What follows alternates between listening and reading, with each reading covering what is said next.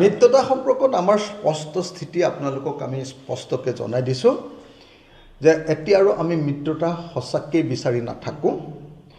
যদি কোনোবাই মিত্ৰতা বিচাৰিব খোজে আমাৰ দুৱাৰখন খোলা থাকিব, কিন্তু আমি মিত্ৰতা বিচাৰি আৰু কাৰো ওচৰতে দুৱাৰত টোকৰ নিদিওঁ।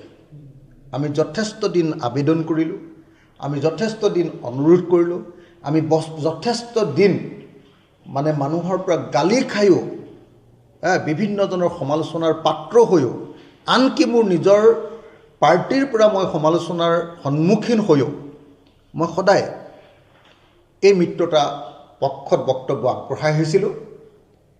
কিন্তু যিহেতু কংগ্ৰেছ দলে এতিয়ালৈকে মিত্ৰতাৰ ক্ষেত্ৰত এটাও ইতিবাচক কথা কোৱা নাই, গতিকে এতিয়াৰ পৰা ৰাইজৰ দলৰ তৰফৰ পৰা মিত্ৰতা সম্পৰ্কত কোনো ধৰণৰ ইনিচিয়েটিভ বা উদ্যোগ গ্ৰহণ কৰা নহ'ব।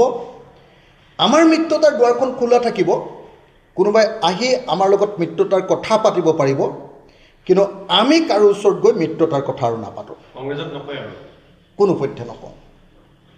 তেওঁলোকে অকলে নিৰ্বাচন খেলিব তেতিয়াহ'লে তাৰপিছত সেইটোতো আপোনালোকে কংগ্ৰেছক সুধিব লাগিব। মই সেইটো কথা ক'ব নোখোজোঁ। কিয় কংগ্ৰেছে কি কয় কওক, আমাৰ পিনৰ পৰা মিত্ৰতাৰ দুৱাৰ খোলা আছে। যদি আমি অকলে খেলিবলগীয়া হয় অকলে খেলিম, যদি খেলিবলগীয়া হয় যদি সেই কোনেও মিত্ৰতাৰ কাৰণে আগবাঢ়ি নাহে, কিন্তু আমাৰ দুৱাৰখন মিত্ৰতাৰ কাৰণে খোলা আছে। মই কৈছোঁৱে যে এতিয়া মিত্ৰতাৰ কথাটোৰ যিটো বল, সেই বলটো এতিয়া কংগ্ৰেছৰ কোৰ্টত আছে। কংগ্ৰেছে বলটো খেলিবলৈ মন গ'লে খেলিব পাৰিব আৰু নেখেলিলে নেখেলিব পাৰিব, সেইটো তেওঁলোকৰ কথা।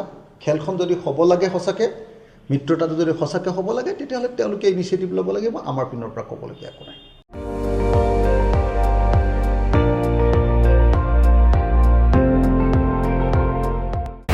আপুনি চাই আছে ND24, সৰ্বশ্ৰেষ্ঠ নহয় সৰ্বোত্তমৰ দৌৰ।